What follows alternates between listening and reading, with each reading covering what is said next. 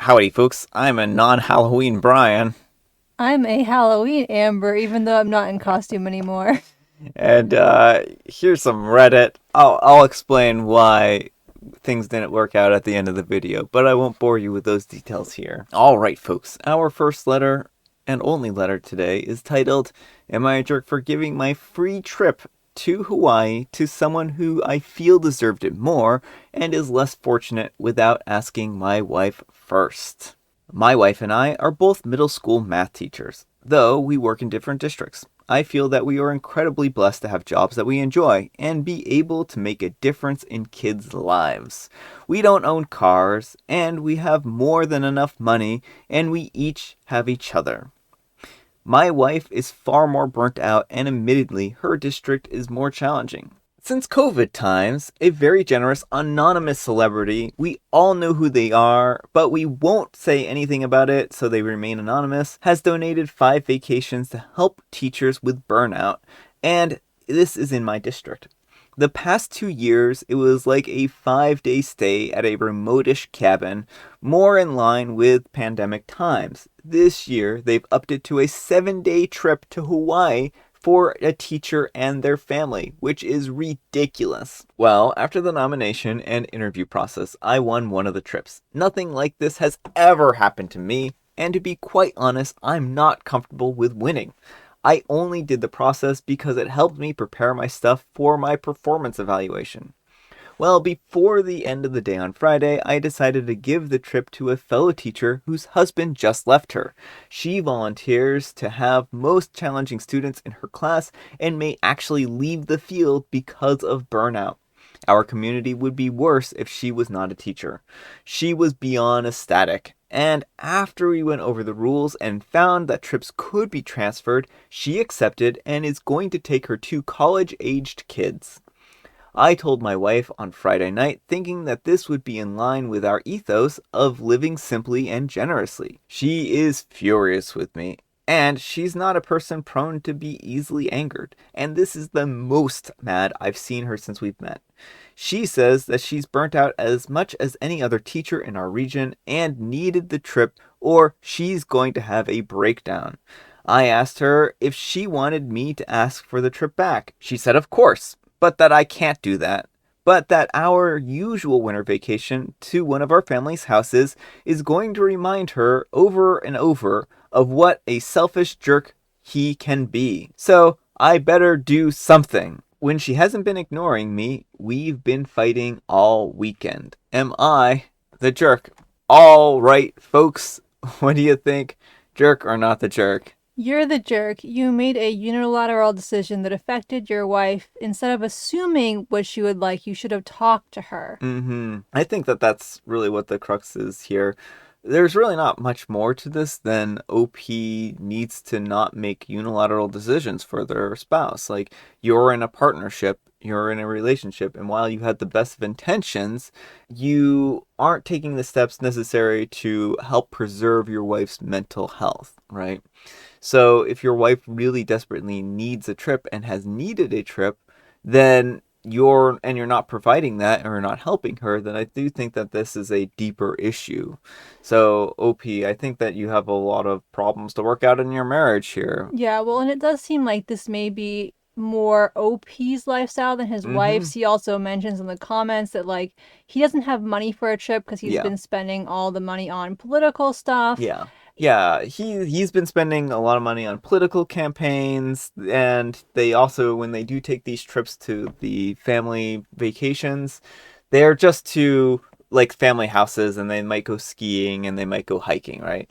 And maybe the wife doesn't necessarily want that as the only vacations, right? And again, like with Amber saying, maybe this is something that she's tolerates but isn't like super on board with. Yeah, or maybe things have just changed over time and she's more burnt out than she's ever been. It sounds like they're in completely different Mm-hmm. situations in terms of burnout levels. And so it's either she never had the same priorities that OP does and he's just been making all the decisions, Yeah. or they've just kind of grown apart, which is also possible. I kind of get when you read some of the comments and read some of the things, I kind of get that he's very pretentious. That wouldn't surprise me. I kind of was getting those vibes, and it seems like he thinks my way is Yeah. the best way, and I know my wife well enough Yeah. to know exactly what she wants. Well, and that's just the bothersome part here. That's very troubling that he feels like he knows his wife so well that he doesn't even need her input, right? That he knows exactly what she's going to be all about, and she would, of course, want to give away this trip. And he's boggled and confused about why she could possibly have wanted to take this trip when someone else could have needed it more, right? That's the trouble, is that when you make assumptions, sometimes you're going to make a bad assumption, right? He had the opportunity to talk to his wife and blew it, right? So yeah, anyhow, take care and good luck.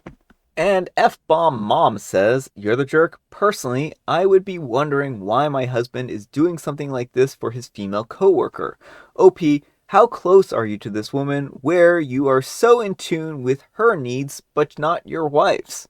And OP replies, "I will not even entertain this line of thinking or accusations." This is where I'm getting the pretentious stuff from, folks. Like, this isn't off the top of my head. The comment section is filled with these types of comments.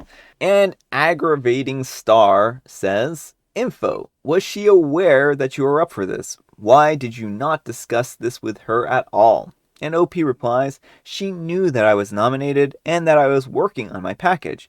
I thought given the trip away was more in line with her ethos as well, and she would be okay with it." And Aggravating Start says, "And knowing that you were nominated and working on this, she never made any comments about how nice it would be to take a trip and how much she needs a break. She never commented this at all." And OP replies, "The chances of winning are so minuscule, it's not even worth discussing." Oh, and one last comment here. Traveling Techie basically was having a back and forth with OP a little bit, and OP let it be known that OP is 29 and the teacher he gave away the stuff to was in her 50s. So it seems pretty reasonable to assume that OP probably did this out of the generosity of their heart. I don't think that there was... Well, I don't think there's any like affair going on, Yeah, but yeah. I don't necessarily think it's pure generosity. I think they're one of those people who wants Fake yeah, like they want to generosity. look really like their persona Yeah, is yeah. like, look at me, I give away stuff. I have a Yeah, minimal yeah. lifestyle. All right, folks, it is tea time. Grab your beverages of choice. I know it was a short episode, but I've got some tea here, and hopefully you do too, or some other beverage. I didn't even guess my tea today. Amber just randomly gave it to me, so I was actually not, I didn't even think about it, and I'm like, oh, this is the tea I have now. What did the sign outside the vet's office say?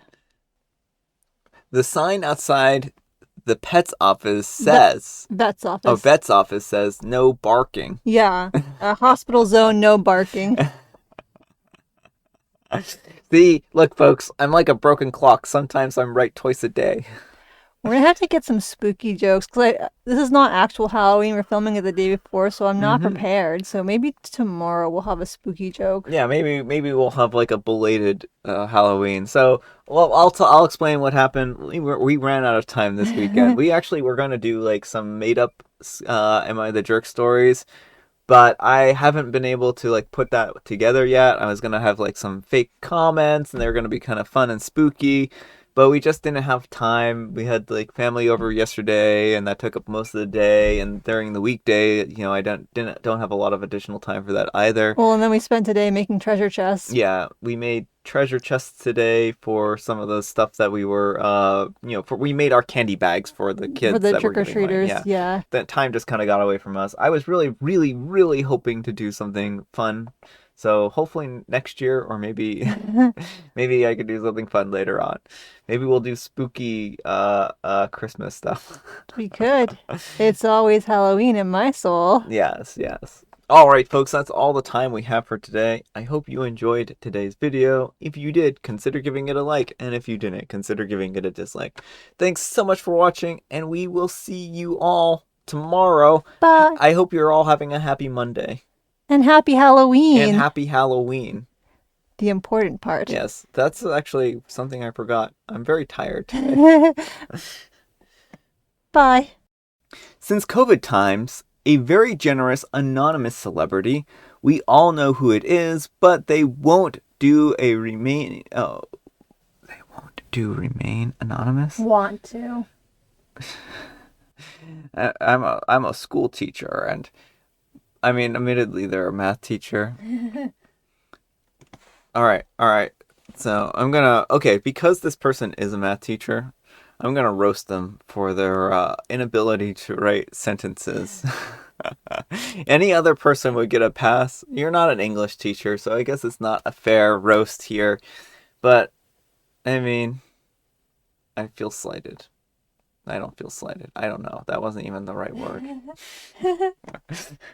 I only did it to...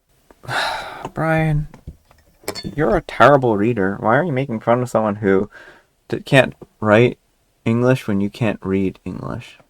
Your excuse is you're dyslexic. They might be dyslexic. They could be. Yeah, see, look.